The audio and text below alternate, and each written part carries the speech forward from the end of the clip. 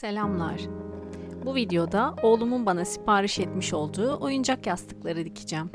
Hem sohbet edelim hem de dikiş dikelim. Uzun zamandır diş şeklinde bir yastık istiyordu benden. Bir dergi kapağında görüp hoşuna gitmişti. Dişlerimizi düzenli fırçalamak için bir pano hazırlamıştık. Şimdi de bu yastık arkadaşıyla hem sohbet edecek hem de diş fırçalama vakitlerinde onu da yanımıza alacağız. Tabii seslendirme bana ait olacak. Öncelikle fırın kağıdına diş şeklini çizdim. Eski bir havlu kumaşına yerleştirerek kestim. Ardından suratını polar ve keçe kumaşlarından kesmiş olduğum göz, ağız ve kırmızı yanaklarını yerleştirerek yüz kısmına diktim.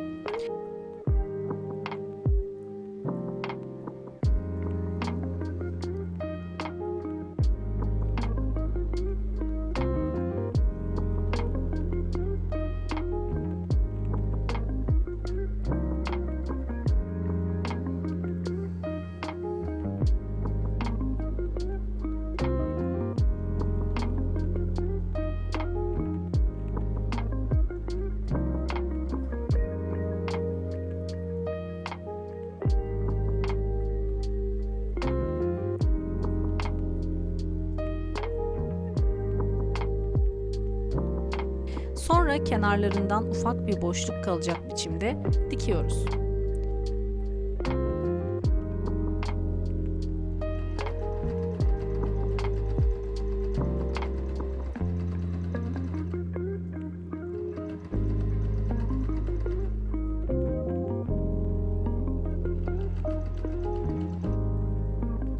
Kavisli kısımlara çıtlar atıyoruz ve kumaşımızın yüzünü çeviriyoruz.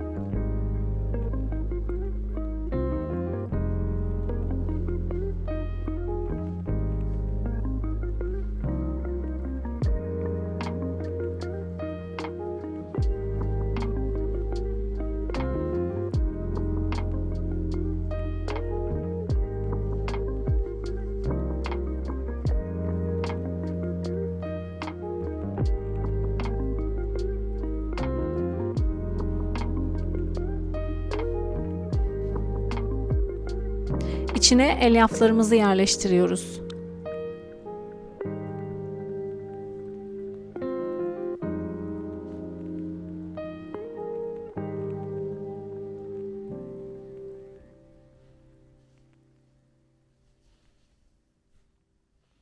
Kalan delik kısmı elde diktim.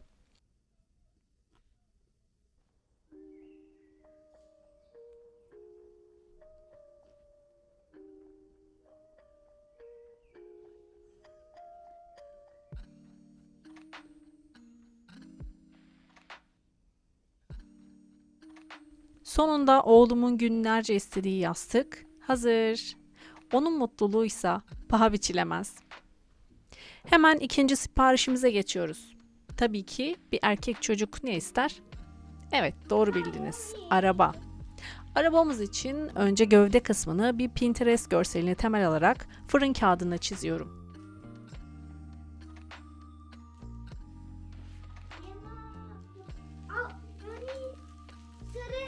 Sarı kumaş var mı? Yok mu? Böyle altın gibi yapalım mı? Duvarlarımızı öyle boyayalım mı?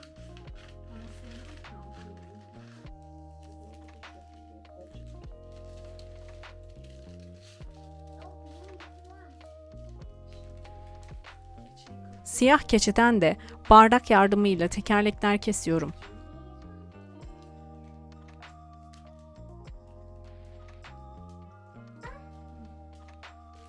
Ardından turuncu poplin bir kumaşım vardı. Ona yerleştirerek kesiyorum.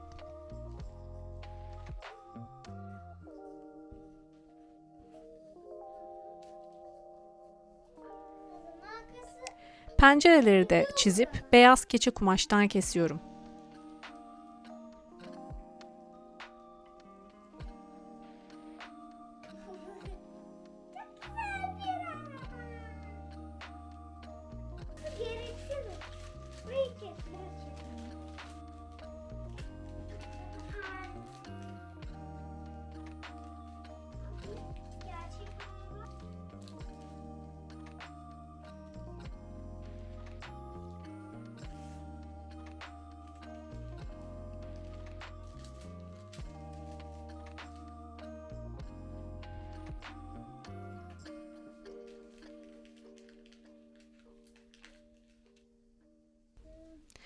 Ara kısım için arabanın etrafını ölçtükten sonra ölçüye göre bir şerit kesiyorum.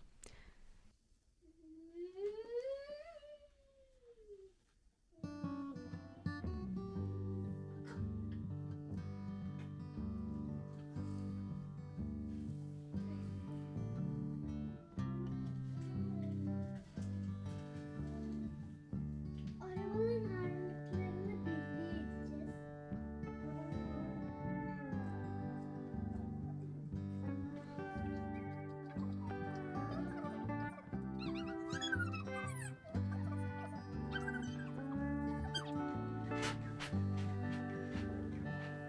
Ve dikiş aşamasına geçiyoruz.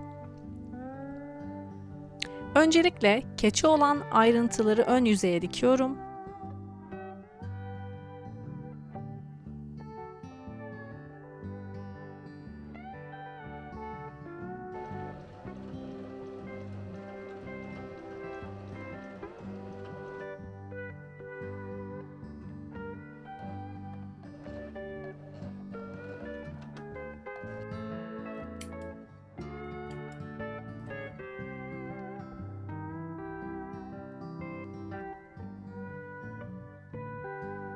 Sonrasında uzun şeridi kenar kısımlara iliştirerek dikiyorum.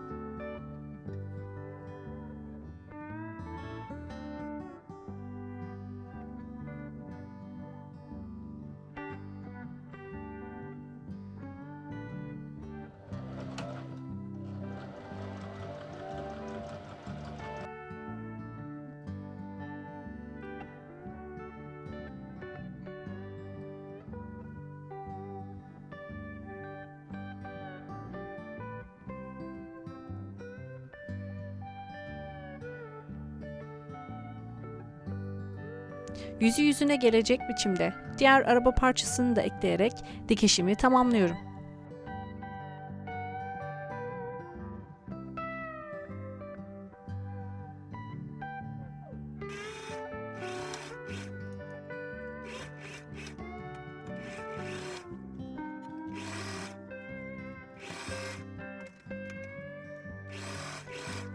Bıraktığım küçük açıklık sayesinde kumaşımı yüzüne çeviriyorum. Ardından içini boncuk elyaflarla dolduruyorum.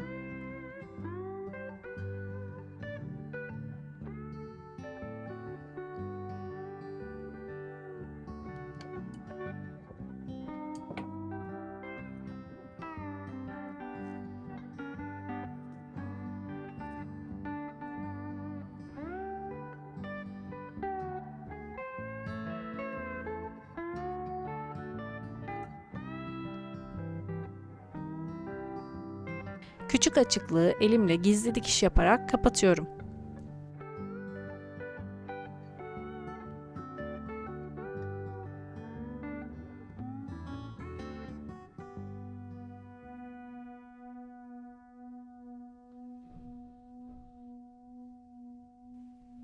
Son olarak tekerlekler ve plakayı yerlerine dikiyorum ve tamam, hazır alınan bir oyuncakla kıyaslanamaz bile. Çok anlamlı, emek harcanmış ve en önemlisi de özel bir plakası bile var.